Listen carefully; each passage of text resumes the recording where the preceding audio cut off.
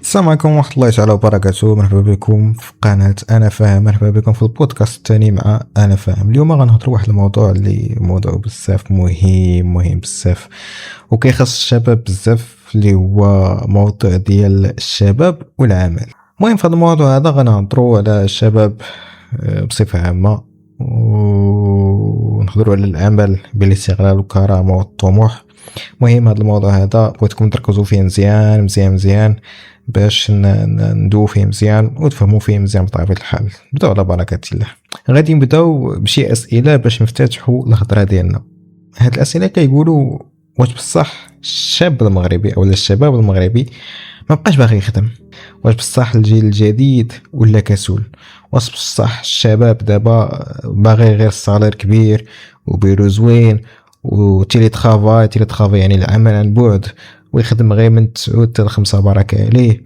ولكن واحد الجانب اخر في القصة، جانب ما كنهضروش عليه بزاف، جانب فيه الشباب قرا، دوز فورماسيون، دوز دي ستاج، عنده دبلومات، بغى يخدم قبل باول فرصة جاتو، من بعد لقى راسو خدام شهور وسنين، كيعطي الوقت ديالو، الطاقة ديالو، الصحة ديالو، وفي الاخير كيسمع الى ما عجبكش الحال الباب واسع. اليوم ما غاديش نهضر معكم من الفوق، ما غاديش نقول لكم الشباب كسول، وما غاديش نقول لكم حتى المشغلين كاملين ظالمين، حيت الحياة ماشي بيض وكحل. كاين شباب فعلا ما باغيش يتحمل المسؤوليه، وكاينين مشغلين فعلا كيستغلوا الناس، وكاينين شباب باغيين يخدموا ولكن ما لقاوش فرصه مناسبه، وكاين اللي لقى خدمه ولكن لقى راسو داخل واحد الدوامه. خدم، سكت، صبر، وتصبر اكثر، يعني تحمل اكثر، تحمل داكشي اللي ما قدرتش عليه، حتى ولا الاستغلال عنده عادي جدا. وانا شخصيا عرفت هذا الاحساس ومازال كنعيش فيه هذا الاحساس هذا. واحد المرحله من المسار المهني ديالي خدمت تقريبا، نقولوا مثلا في البدايه ديالي من بعد ما شديت الدبلوم بطبيعه الحال، خدمت تقريبا عند واحد الفيديسيير 10 شهور. هذا 10 شهور فيها وسط هذا 10 شهور البدايه ديالها كانت ستاج، يعني شهرين ديال ستاج، من بعد اونغاجيت معاهم. في الاول ديال داك الستاج ما كانش سواء ستاج غير ما كنتش كنتخلص فيه، ولكن بعد ما اونغاجيت معاهم بدا الصرير بدا ب1000 درهم، 2000، 2500.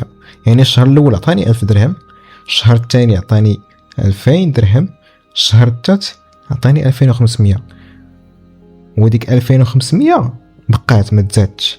يعني 10 شهور، ماشي 10 ايام، ماشي شهر، ماشي 2، 10 شهور. والمشكل ماشي في 2500 درهم، المشكل الحقيقي هو ان الانسان مع الوقت يقدر يتعود على وضع ما كيسواش ليه، يعني ما كيتسواش ليه. وإلا جينا نهضروا اكثر في هذا الموضوع هذا، هو انه من بعد ديك 10 شهور ماشي انا باش نعطيكم عاوتاني واحد المعلومه، انا ما خرجتش من ديك الخدمه. من بعد واحد المشكل، سوء تفاهم مع مول الشي، فقلت لي هذا العمل اللي كندير انا، حيت كندير عمل، يعني كنت كونطابل، كنت محاسب، وكنت كنديبلاصا ليه المحاكم، كنت ديبلاصا لا سينيسيس، كنت ديبلاصا من المؤسسات العموميه اللي كيخدموا مع لي فيديسير، عارفهم الناس ديال الفيديسير والناس ديال لي كونطابل عارفينهم. وهذا الشيء راه ماشي القصه ديالي بوحدها، راه قصه ديال بزاف ديال الشباب كيخدم في فيديسير بالضبط. فقلت ليه هذا العمل هذا راه واحد كندير 2 ديال لي طاش، زيدني في الخلصه ديالي، زائد عطيني موين ترونسبور، حيت انا ديك الساعه كنت كنستعمل الدراجه الناريه ديالي، يعني كنت كنستعمل الموتور ديالي، كانوا هما كيخلصوني ليسانس ولا خسر الموتور هما كيخلصوه. ومن بعد ما فاش ليه هذا الشيء، خلينا ندوي بعدا على واحد النقطه مهمه بزاف، هو الكونطرا. كانوا بغاو يديروا لي كونطرا انابيك، ولكن كان عندهم مشكل في الكونطرا انابيك، عندهم مشكل في هذا، كان عندهم واحد 2 ديال لي كونط، يعني خص ضروري يسدوا واحد الكونط باش يخدموا واحد الكونط، وداك الكونط اللي باغيين يسدوا عندهم ديجا دي سالاري تما، يعني خصهم يديبلاسو دوك لي صرالي في داك الكونت الجديد اللي دارو. وانا كنت كنتسنى لمده 10 شهور، يعني خدام بلا كونطرا. هذا هو الخطا اللي درت صراحه، خدام بلا كونطرا معاهم. فاش انا طالب ديال الحقوق ديالي خسر عليا 2 كلمات: انت غير ستاجير، والسطاج ديالك سالا دابا. بعد داك الاستغلال وهذا بزاف ديال الحوايج، لدرجه انه في رمضان ما كناش كنفطروا مع والدينا، ما كنتش كنمشي نفطر مع والديا. في رمضان تلاقى مع بيريود فيسكال، كنجي كنجلس تما كنفطروا تما. الخدمه كنجلس حتى 12 الليل، كنمشي مع الصباح بالحكم خدام بعيد على الدار، يعني واحد بالموطور، يعني واحد 25 حتى 30 دقيقه بالموطور. دونك هاد المده كامله خدمتها وانا صابر. تقول لي علاش ما بدلتيش؟ غنقول لكم علاش. غنقول لكم عاوتاني معلومه اخرى اللي هي انه كنت باغي ندير لي كورسوار ديال لي ستا، وعطاني واحد لاتيستاسيون دو طرافاي باللي خدام معاهم ديك المده ديال البدايه الى يومنا هذا. يعني اليوم هذا الفيديو فاش شفت الفيديو خدام معاهم، انا راه خرجت من عندهم ومشيت وجرى على السياد وكذا، فهمتي؟ كان بامكاني انا نهز داك اتيستاسيون دو طرافاي ونمشي ندي على مفتي الشغل وندي على سينيس. هاد الناس هادو راه خدمت معاهم، هاد الدليل الخلاص ما كيخلصوش مثلا الخلاص ديالي، وما دايرش معايا كونطرا وهذا، وما كيديكلاري ما كنديكلاراش في لاسينيسيس، وغنربحو رغم ان داك السيد عندما كنت خدام عنده معارف وغيصوب راسو. ولكن في هاد المساله القانون ما غاديش يرحم، وكنت غادي نربحهم. فاشنو اللي خلاني انا ما نمشيش انني ندفع عليهم ولا نمشي نقيد عليهم؟ اول حاجه الخوف. حنا تربينا على الخوف، انا خايف ديك الساعه، كنت خايف صراحه. تاني حاجه اللي ممكن تصدمكم اللي هي انه هي اول تجربه ليا، فنبين لي فيديوسير كامله ديال اكادير هو الوحيد اللي فتح لي الباب، وانا محاسب، يعني دابا محاسب وعرف المحاسبه وعرف لا كونطابيليتي بسبب دوك الناس. فما يمكنش انا غادي نهز مثلا مشكل، داك المشكل واخا هو استغني، واخا هو دار معايا هادشي كامل، ما يمكنش انا نهز داك المشكل ونمشي نغرقهم ولا نمشي هذا. فانا درت بحساب هاد الشيء. علاش؟ تعلمت لدرجه انه دابا انا وليت بوليفالون. حتى الخدمه دابا اللي خدام، واخا ما خدامش كونطابل، خدام ماغازيني في واحد الشركه، ولكن ممكن انا نخدم دابا كونطابل جوست يونير ستوك، ممكن نخدم حتى ماغازيني في الماغازين، ممكن نخدم ريسبونسابل ماغازيني، يعني بوليفالون. الوغ هاد التجربه هذه عطيتكم واحد النبذه من التجربه ديالي. لذلك كنقولوا ديك 2500 درهم ماشي هي المشكل، ولكن المشكل فين كيكون هو الاستغلال. يعني داك الانسان مع الوقت كيتعود على داك الاستغلال، واخا ان داك الوضع ما كيسواش ليه، كيقول شنو كيقول؟ مهم ما علينا، مهم خدام. هاد الفكره هي اللي كنت كنقول، ما علينا مهم نتعلم، ما علينا مهم غدا غادي تحصل الامور، ما علينا اصلا السوق صعيب. هذا هو الكلام اللي كان كيدور في راسي، واش اللي كنت كنقول في راسي. حتى كيجي واحد النهار كتقول صافي، راه في داك النهار فصيفط ليه باللي قلت ليه مثلا اعطيني الحقوق ديالي، داك النهار فاش قلت صافي انا هاد الاسئله كنت كنقولهم في راسي، ما علينا مهم خدام نتعلم ونحس. ولكن جات واحد النقطه قلت صافي عييت، خصني نعرف حقوقي. من تما كتكتشف واحد الحقيقه قاسيه، يعني بعض الناس كيبغيوك تكون محتاج لهم اكثر ما هما محتاجين لك. وفي هذه الحلقه هذه عاود لكم القصه ديالي، واحد النبذه من القصه ديالي، باش نهضروا على الشباب ولا بزاف ديال الشباب المغربي ولا كيرفض الخدامي العاديين. غادي نهضر على الاستغلال، على الخوف من البطاله، على العقليه ديال الحمد لله راك خدام، على علاش واحد كيبقى في خدمه ولكن كيقتل الطموح ديالو، وعلاش واحد اخر كيخرج منها بلا ما يعرف فين غادي يمشي، وغادي نحاولوا نجاوبوا على سؤال واحد: واش خاص الشباب يتعلم يعني يخدم اي خدمه باش يبدا، ولا خاصو يرفض الخدمه اللي كتنقص من قيمته؟ انا صراحه ما عنديش الجواب مثالي لهذا السؤال. انا عندي تجربه وعندي اخطاء وعندي دروس، وانا اليوم غادي نشاركها معكم. قبل ما نهضر على الشباب المغربي خليني نهضر على راسي، حيت اسهل حاجه هي انك تحل الناس، ولكن اصعب حاجه هي تقول حتى انا كنت جزء من هذه القصه هذه. انا بديت المسار المهني ديالي بحال بزاف ديال الشباب في المغرب، قريت، درت تكوين، قلبت على خدمه، وكان عندي واحد الاحساس اللي غالبا كيكون عند اي واحد خرج لسوق الشغل، غير لقى فرصه من بعد كلشي غادي يحلى. هاد الجمله خطيره. شوف ركزوا معايا. فاش كتشد ديبلوم ولا كتشد يعني فاش كتشد ديبلوم وكتكون مفورمي وهذا وكتخرج لسوق الشغل كتقول غير لقى فرصه، غادي الامور غادي تزيان، غادي تحلى.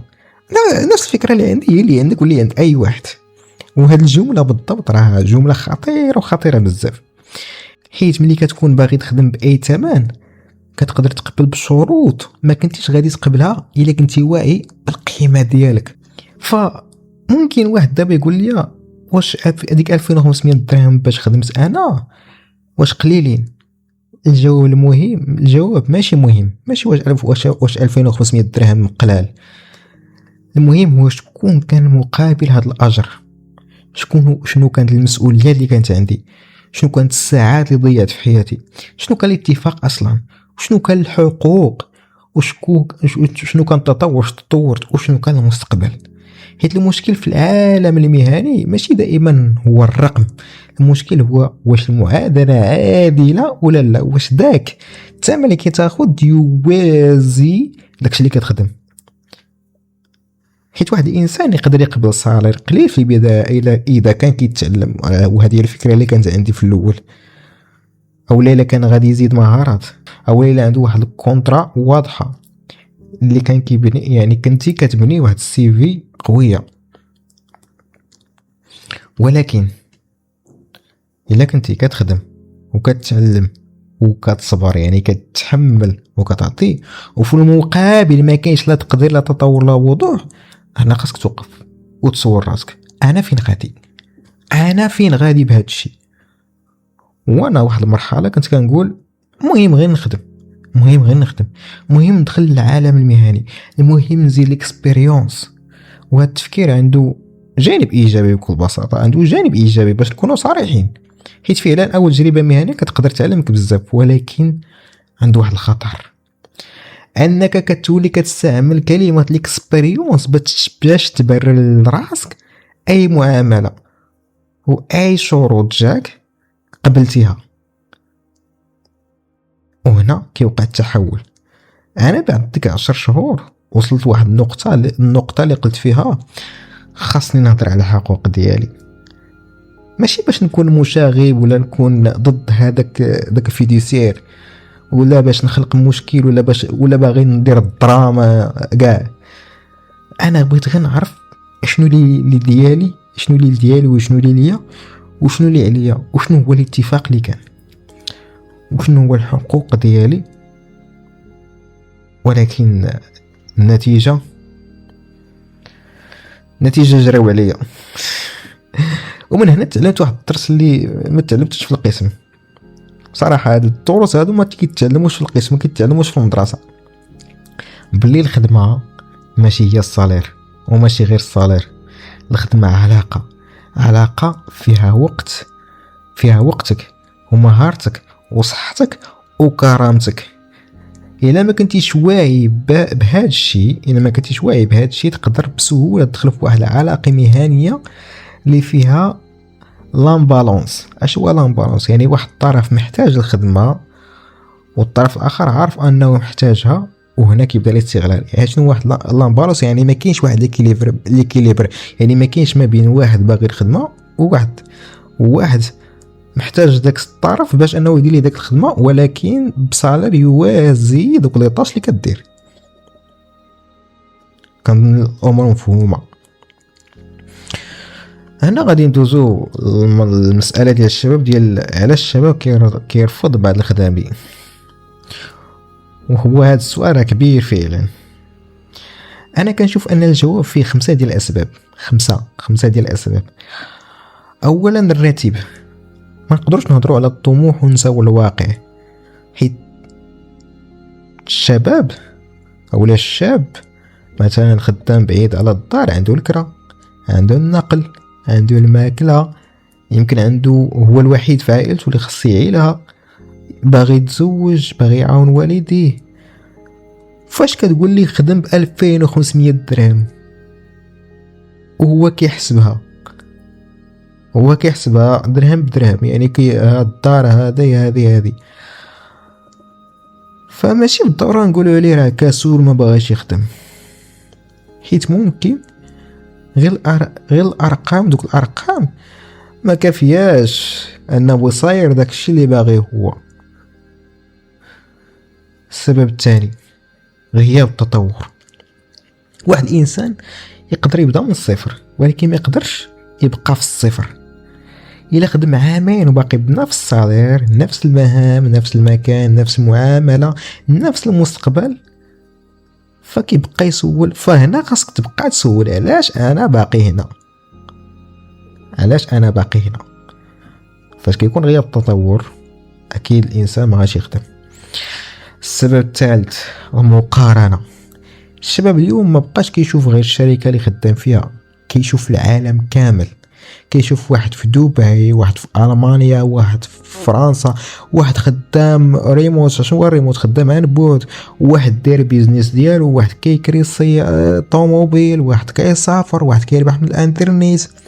وهنا كتوقع مشكله نفسيه كبيره، كتولي كتقارن حياتك الواقعيه مع الهايلايت ريل ديال حياة الاخرين. يعني كتقارن الحياه الواقعيه مع واحد اللحظه ديال النجاح ديال في حياة ديال الاخرين. والسوشيال ميديا كتخليك تشوف النتيجه، راه ما كتخليكش تشوف الكواليس ديال داك السيد اللي صور لك داك اللحظه. ما شتيش هو كيفاش خدم وعيا باش انه يوصل باش يصور لك ديك اللحظه.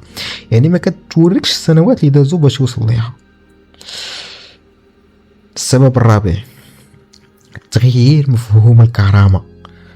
الجيل القديم كان كيقول اي خدمه الحمد لله عليها، والجيل الجديد كيسول ولكن واش هاد الخدمه كتستاهل الوقت ديالي؟ وهنا كاين صراع بين جوج عقليات. الاولى كتقول خدمه، والثانيه كتقول خدمه خصها تكون عادله. والحقيقه كل واحد عنده جزء ديال الصحه ديال الكلام ديالو. السبب الخامس اللي هو الوعي. الشباب ولا كيسمع على حقوق الشغل، ولا كيقرا، ولا كيسول، ولا كيشوف تجارب الناس.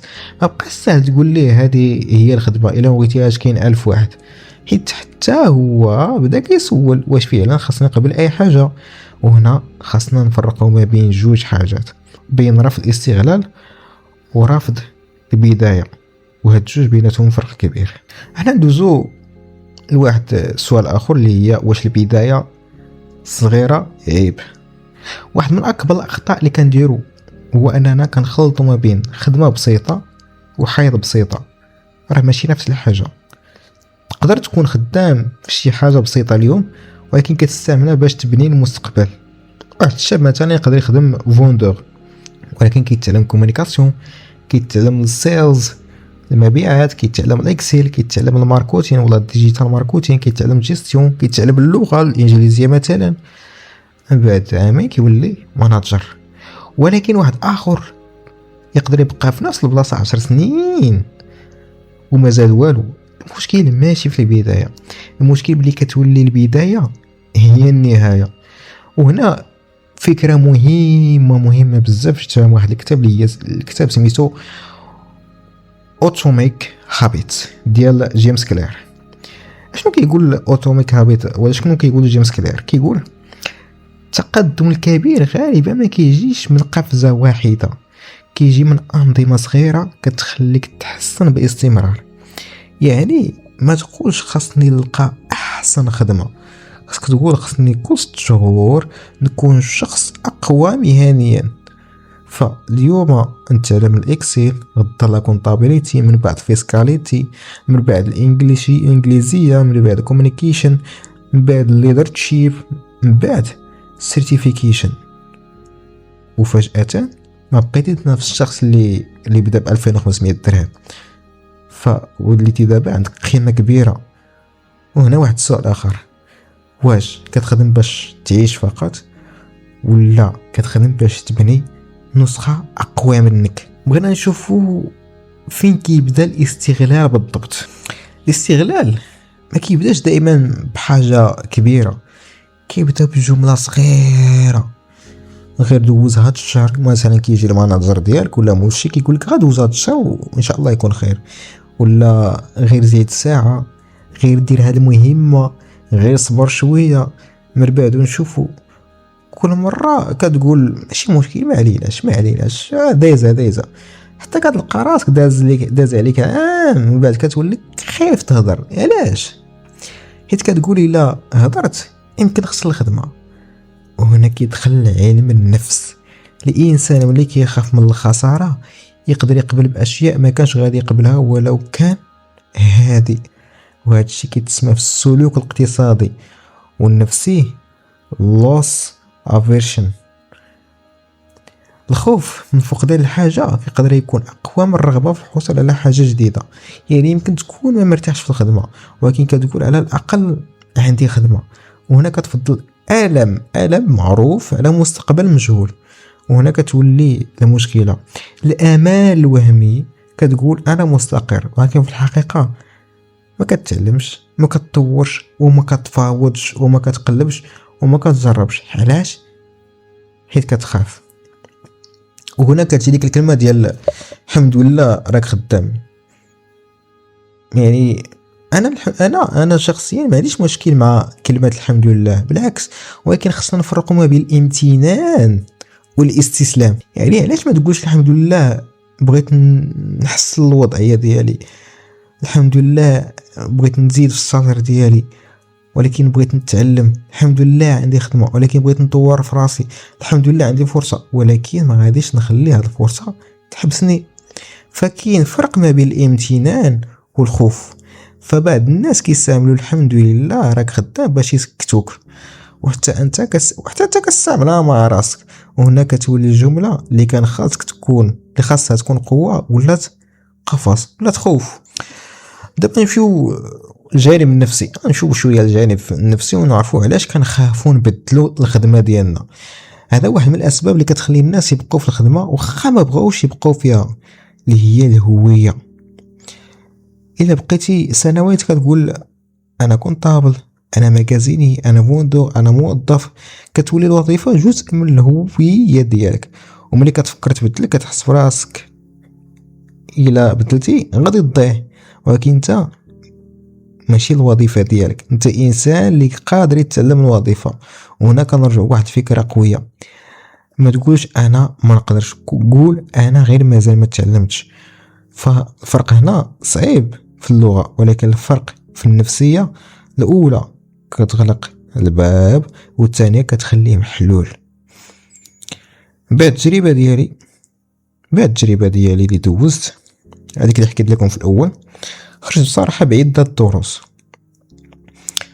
الدرس الاول هو ما تسلمش القيمه ديالك للصالير ديالك. 2500 درهم باش خدمت ما كتعنيش انك كتسوى 2500 درهم، و5000 درهم ما كتعنيش انك كتسوى 5000 درهم. الصالير هو ثمن السوق لخدمه معينه في ظروف معينه، اما القيمه ديالك انت كانسان فما كتحسبش بالفلوس ولا بالصالير، ولكن في السوق المهني خاصك تزيد القيمه اللي تقدر تزيدك لقدام. الدرس الثاني هو تعلم تقول لا. ماشي كل لا راه تمرد، كاين لا اللي هي صحيه، لا هذا الشيء ما كانش متفق عليه، لا محتاج نفهم الشروط، لا هذه المعامله ما مناسباش ليا. ولكن خاص لا ديالك تكون مبنيه على واي ماشي على الايجو. الدرس الثالث هو اتق كل شيء، وهذا الدرس مهم بزاف. اي اتفاق مهم، اي حاجه درتيها خليه واضح، واحتفظ بالوثائق، واحتفظ بالمراسلات، عرف شنو المتفق عليه. وإلا كان عندك مشكل حقوقي ما تعتمدش على التيك توك ولا على كلام ديال القهوة، سول مختص أو جهة رسمية أو محامي أو مفتشيات الشغل حسب الحالة، حيت الحقوق خصها معرفة ماشي غضب. الدرس الرابع: ما تعتمدش على مصدر دخل واحد في حياتك. هذه بقى نقولها الى يوم الممات. ماشي معناها خاص كل واحد يفتح البيزنس ديالو، لا، ولكن تعلم لي سكيلز جانبيه: اللغه، الاكسل، ديزاين، كودين، سيلز، ماركتينغ، كونتابيليتي. اي سكيلز تقدر تزيد القيمه ديالك، تعلمها. الدرس الخامس: الخدمه خاصها تكون مرحله ماشي سجن. دخل، تعلم، طور، فاوض، قلب، طلع، صافي. عقل على هادو: دخل، تعلم، طور، فاوض، قلب، طلع. وإلا ما بقاش مناسبة خرج بطريقة ذكية، صافي، بكل بساطة. هنا غنعطي واحد 7 ديال القواعد للشباب المغربي. الا كنتي شاب وكتسمعني دابا بغيت نعطيك هاد 7 ديال القواعد. 1: ما تبداش بالغرور، حيت الناس ناجحين بداو من الصفر. 2: ما تبقاش عبد للبداية ديالك، اول خدمة ماشي هي اخر خدمة. 3: تعلم اكثر مما كتربح في الاول. الا كنتي كتربح القليل ولكن كتعلم بزاف ممكن تكون كتبني راس مال مهني، وإلا كتربح قليل وما كتعلم والو خاصك تعاود تحسبها. 4: ما تقارنش حياتك بالانستغرام، انت كتشوف النتيجة ما كتشوفش الكواليس. 5: تفاوض باحترام، الا ما كتفاوضش غالبا كيخلي الاخرين يحددوا لك القيمة ديالك اللي انت ما كتسواهاش اصلا، انت كتسوى اكثر. 6: ما تخافش من التغيير، الاستقرار اللي ما فيهش نمو ممكن يتحول لركود بكل بساطة. 7: ما تخلطش بين الكرامة والغرور، الكرامة كتقول انا انسان معاملة محترمة، الغرور كيقول انا اكبر من انني نبدا من الصفر. فكاين فرق كبير ما بين هاد الجوج. دابا كتنرجع للسؤال الاول: واش الشباب المغربي ما بقاش باغي يخدم؟ يمكن بعض الشباب فعلا ما بغاش يخدم، يمكن كاين تكاسل، يمكن كاين وهم ديال النجاح السريع، يمكن السوشيال ميديا خلات بزاف ديال الناس يبغوا النتيجه بلا الطريق، ولكن ما نعمموش حيت الواقع اكثر تعقيد. يعني المشكل ماشي دائما الشباب مبغاش يخدم، ماشي دائما المشغلين كيستغلوا، الحقيقه غالبا وسط كاين شباب خاصو يتحمل المسؤوليه، وكاين مشغل خاصو يحترم العامل، وكاين شاب خاصو يبدا من الصفر، وكاين مشغل خاصو يعطي فرصه حقيقيه، وكاين واحد خاصو يطور السكيلز ديالو، وكاين واحد اخر خاصو يطور طريقه التعامل ديالو مع الناس. وانا ما خرجت من التجربه ديال 10 شهور ديالي كنقول الخدمه خايبه، خرجت كنقول خصني نكون واعي اكثر، حيت اصعب درس تعلمته هو ان الانسان يقدر يتعود على الحاجه اللي كتضرو، يتعود على صديق ليه، يتعود على الضغط، يتعود على عدم التقدير، يتعود على الخوف، حتى كيولي كيحسب هذا الشيء عادي. ولكن لا، ماشي كل شيء عادي، وفي نفس الوقت ماشي كل صعوبه هي استغلال، وماشي كل صديق هو ظلم، وماشي كل صالير قليل هو ظلم، وماشي كل مناجر قاصح هو شخص سيء، وماشي كل شاب كيرفض الخدمه هو كسول. خصنا نتعلموا نفكروا، نسولوا، نقراو، نعرفوا الحقوق ديالنا، نعرفوا السوق باش نحتاج، نعرفوا القيمه ديالنا، نعرفوا حتى النواقص ديالنا. كاين واحد الجمله اللي بغيتك تبقى معك ديما من هذه الحلقه هذه، اللي هي: ما تقبلش الاستغلال ولكن ما ترفضش البدايه، بدا ولكن ما تبقاش، تعلم ولكن ما توقفش، خدم ولكن ما تنساش علاش بديتي، ربح ولكن ما تخليش الفلوس تكون هي القيمه الوحيده ديالك، وحافظ على كرامتك ولكن ما تخليش الغرور يحرمك من الفرص، واهم حاجه ما تخليش تجربه خايبه مع واحد مشغل تخليك تفقد الثقه في المستقبل كامل. انا خدمت 10 شهور ب 2500 درهم، تعلمت وطلبت حقي ووقع اللي وقع، ولكن اليوم كنشوف هاد التجربه بطريقه مختلفه. مبقاش غير 10 شهور ضاعوا، ولكن ولات 10 شهور علموني واحد الدرس: القيمه ديالك ماشي غير في شنو كتربح دابا، ولكن في شنو تقدر تولي كتربح من بعد. الا كنتي خدام دابا في شي خدمه وما مرتاحش، ما تستقلش، جلس وحسب وتعلم، قلب وسول وفاوض وقلب على البديل، ومن بعد قرر. الا كنتي حاليا ما خدامش، ما تخليش البطاله تولي الهويه ديالك. كل نهار دير حاجه كتزيد 1% فقط، سكيلز، لغه، سي في، نيتورك، فورماسيون، ستاج، مشروع صغير، اي حاجه. كي التغيير الكبير كيبدا غالبا خطوات صغيره متكرره، والفكره هي من المحاور الاساسيه في الاتوميك هابيتس. ولا كنتي مشغل تفكر واحد الحاجه، العامل اللي خدام عندك ماشي رقم، راه عنده كرا، عنده عائله، عنده احلام، عنده خوف، عنده كرامه. ويمكن اليوم يكون خدام عندك وغدا يكون هو الشخص اللي يفتح شركه اكبر منك. فعامله باحترام، ماشي حيت خاصك، ولكن حيت هذه هي الانسانيه. في الاخير يمكن السؤال الحقيقي ماشي على الشباب مبقاش باغي يخدم، يمكن السؤال الحقيقي هو شنو نوع العمل اللي بغينا نبنيوه في المغرب؟ عمل كيخلي انسان غير حي، ولا عمل كيخليه يكبر؟ عمل كيخليه يخاف، ولا عمل كيخليه يتعلم؟ عمل كيقول ليه الحمد لله راك خدام، ولا عمل كيقول ليه خدم وتطور وبني مستقبلك؟ فإلا وصلتي حتى لهنا فشكرا ليك على الوقت ديالك. وإلا عندك حتى انت قصة مع الخدمة ديالك ومع الاستغلال مع أول صالير، أو مع أول بوس ديالك، أو حتى مع البطالة، شاركها معنا في الكومنتير، حيت يمكن التجربة ديالك اللي كتظنها أنها عادية تكون هي بالضبط القصة اللي محتاج يسمعها واحد آخر. أنا كنت معكم، ونتلاقوا في حلقة جديدة. تالك الوقت خدم على راسك، حافظ على كرامتك وما توقفش. السلام عليكم.